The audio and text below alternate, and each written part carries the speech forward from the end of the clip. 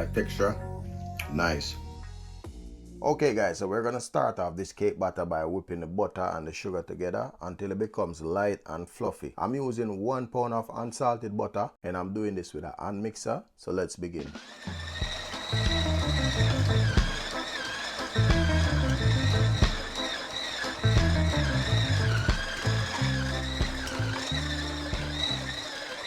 So here I'm adding 2 cups of sugar.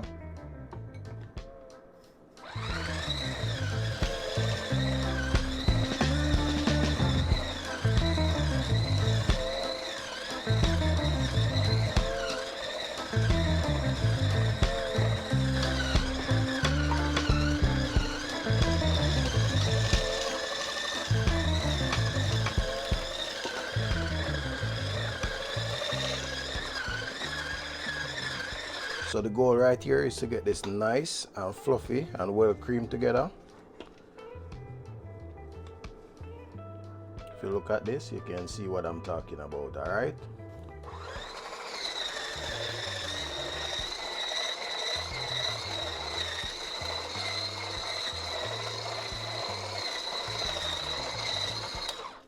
Here I have 6 eggs and I'm adding a teaspoon of lemon zest along with this. You can always use some lime zest for a substitute.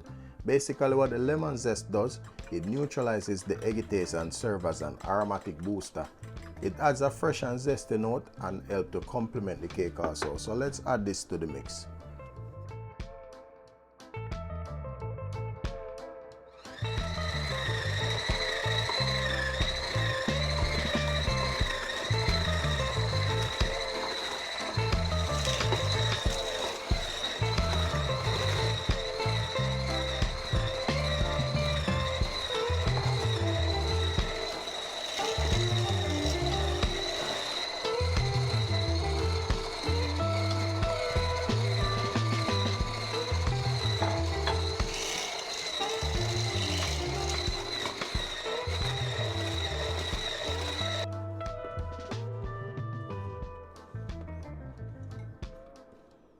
So now that this is done guys, I'm gonna set this aside and now I'm gonna prepare the fruits that I'm gonna add. So here I have the rum soaked fruits and I soak this in stone ginger wine, Rare Navy white rum and some red label wine. Alright, so I'm gonna blend these and then I'm gonna add to the mixture. I'm gonna need approximately about 4 to 5 cups of this. And just top it off with some more wine for a smoother blend.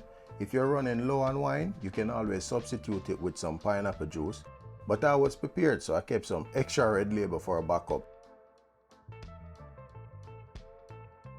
Now let's bring this to a blend.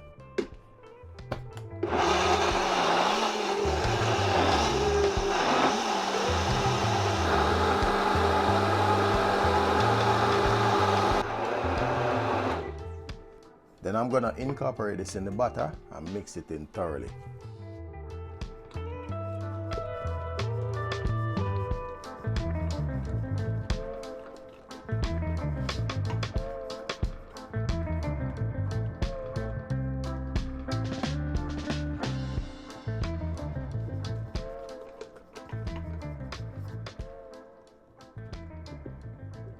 And over time when you're doing this, you might come across a mixture that look curdled, but that doesn't mean it's spoiled. It's simply have to do with the temperature of the batter or the fruits. So if you stew your fruits, make sure to cool it before adding to the mix.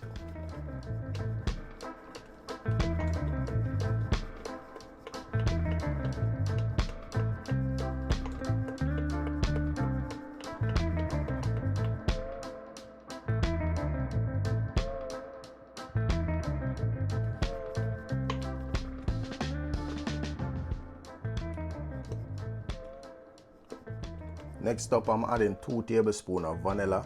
This plays a key role in enhancing the flavor of the cake and it's known for adding a nice aroma as well. I'm also adding 2 tablespoons of rose water.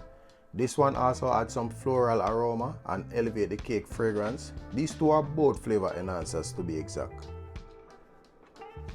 For the browning, I'm adding a 1/4 cup of browning. You can add more if you want a darker color cake or less if you want the cake to have a lighter color. And I'm gonna go ahead and finish incorporating all these ingredients and proceed to the next step.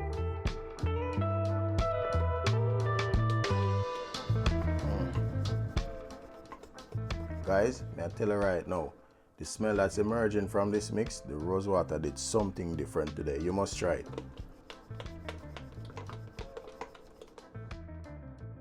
I'm adding a teaspoon of nutmeg.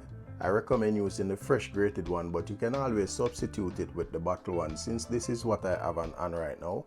But they're both gonna give you the same exact results. And also a teaspoon of cinnamon powder. Then go ahead and mix this in the batter as well.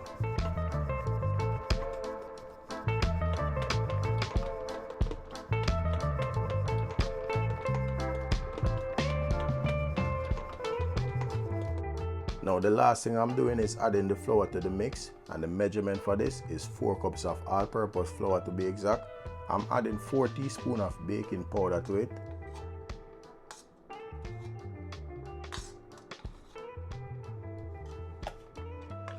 And salt, I'm gonna add a half a teaspoon of salt. And when adding the flour to the batter, guys, you wanna make sure that you sieve this in little by little, and then you just fold it in gently.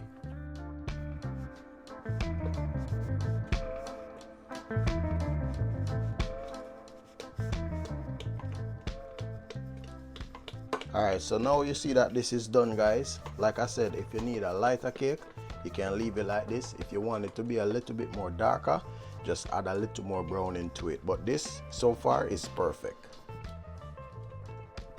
And this batter is the right amount to give you 2 nice 8-inch size cakes. That's exactly what I have here. So let's prepare the baking tins and let the baking begins. You can either use parchment paper at the bottom, or you can rub some butter in it to prevent the sticking. Me, I always use the most convenient method. Today, I'm going with the cooking spray. It's super quick and easy. The choice is yours, guys.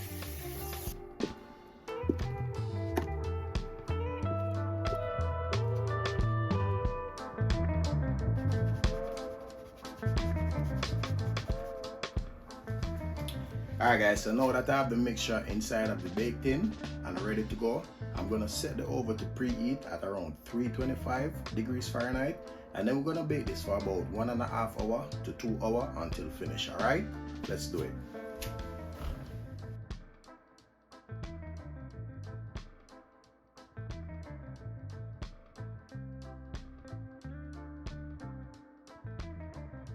And if you notice, I place a pan of water in the bottom of the oven as well.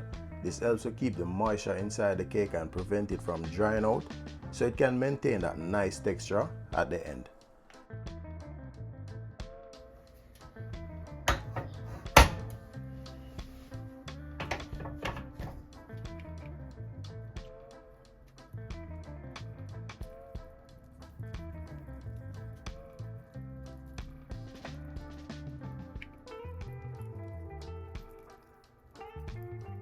And a quick indicator that the cake is done right. Here I'm inserting a knife in the middle, but you can always use a pick. Once it comes out dry, then you know that it's ready to go.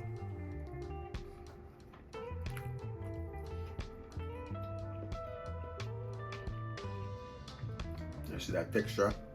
Nice.